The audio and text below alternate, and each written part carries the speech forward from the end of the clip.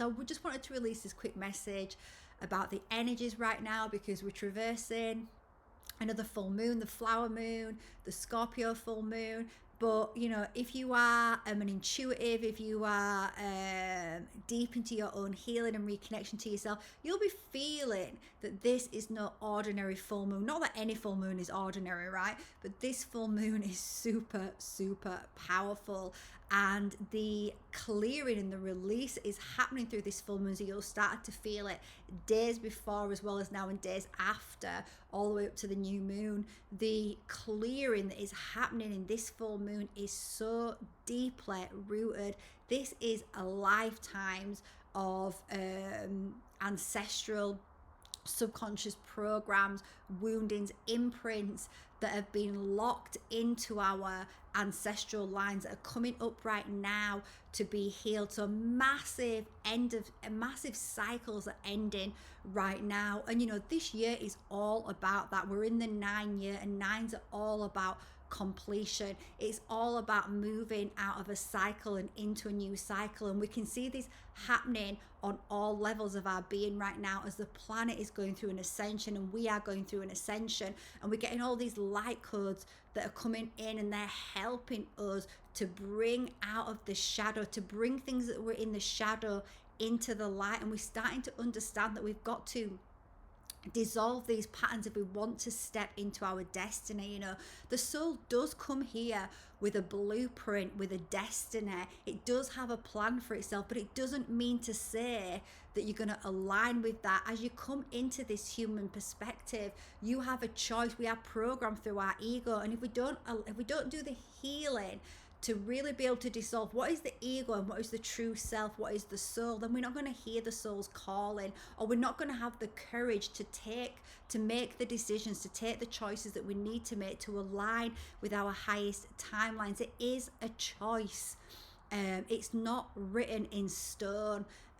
Obviously the soul is always going to keep trying to move us onto our destined path, because there is a saying out there, and I used to say this myself, that no path is the wrong path, all paths lead to the same place, blah blah blah. But actually, the more I've started to awaken, the more I've started to heal, the more I realize that that's not full truth. Because yes, whatever path you take, at the end of the day, your soul's not going to bear, you're not going to leave this incarnation, your soul's not going to be mad with you, but you are going to feel like if you don't make the choices that are in alignment with your heart, if you're making choices in alignment with the ego and the fear that is programmed into you, rather than taking the steps to heal that and start to wake up and remember and learn how to communicate with your soul, if we're not taking those steps, and you're going to get to the end of your incarnation and you're going to feel like you've failed that incarnation because you didn't do what you came here to do. That's just a truth. It's not a judgment, it's just a truth. At least that's what I'm waking up to and realizing. The deeper that I go with connecting to my soul, the more I am now in communication with my soul, the more my soul embodies my physical body. I realize that the soul can give me a blueprint. It can show me, here Corinne, here is our blueprint, but I've got to actually have the courage to take the steps to follow that blueprint. So right now, as we are traversing this full moon, it is super, super powerful, and you may be experiencing lots of deep rooted subconscious fears, wounds are coming up from the shadows, and we can see them, we can allow them to release without resistance, or we can deny them, we can push them down, and we can continue to tell ourselves the same old stories, and we can continue to play in a victim consciousness and say, this is happening to me because whatever you're saying to yourself, right? Or we can realize that everything is energy, and everything that we attract into our lives is some kind of a reflection of an energy pattern that's going on within us. For example, if we're attracting into our lives relationships that are not healthy, that we end up being, let's say, someone that's maybe in a way kept in the dark, kept secretive to some part of their life. Or so I'm using an example, I'm thinking of somebody in my head right now and using this example because they're hiding something about themselves.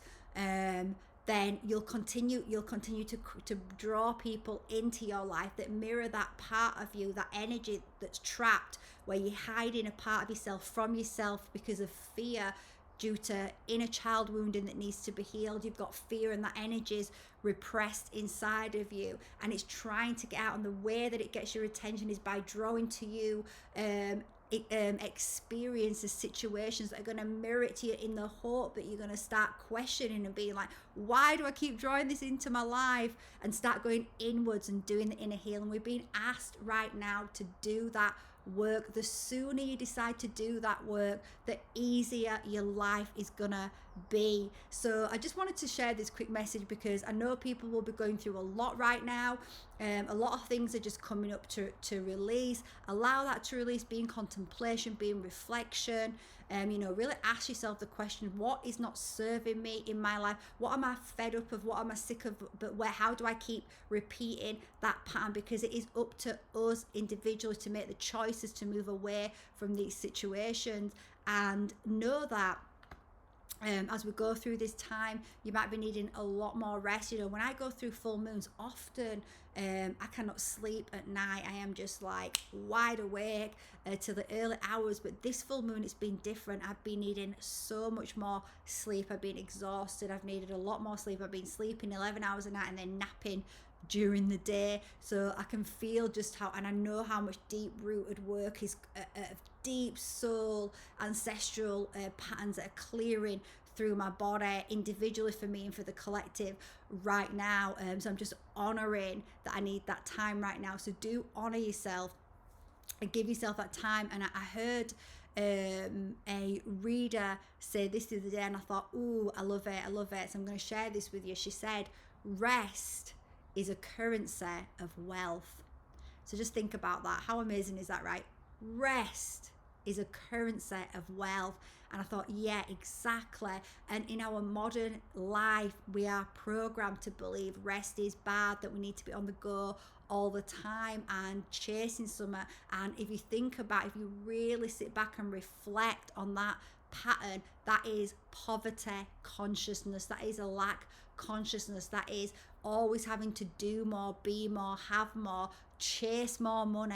All of these things is a lack consciousness. Rest, I'm going to leave you with this, rest is a currency of wealth.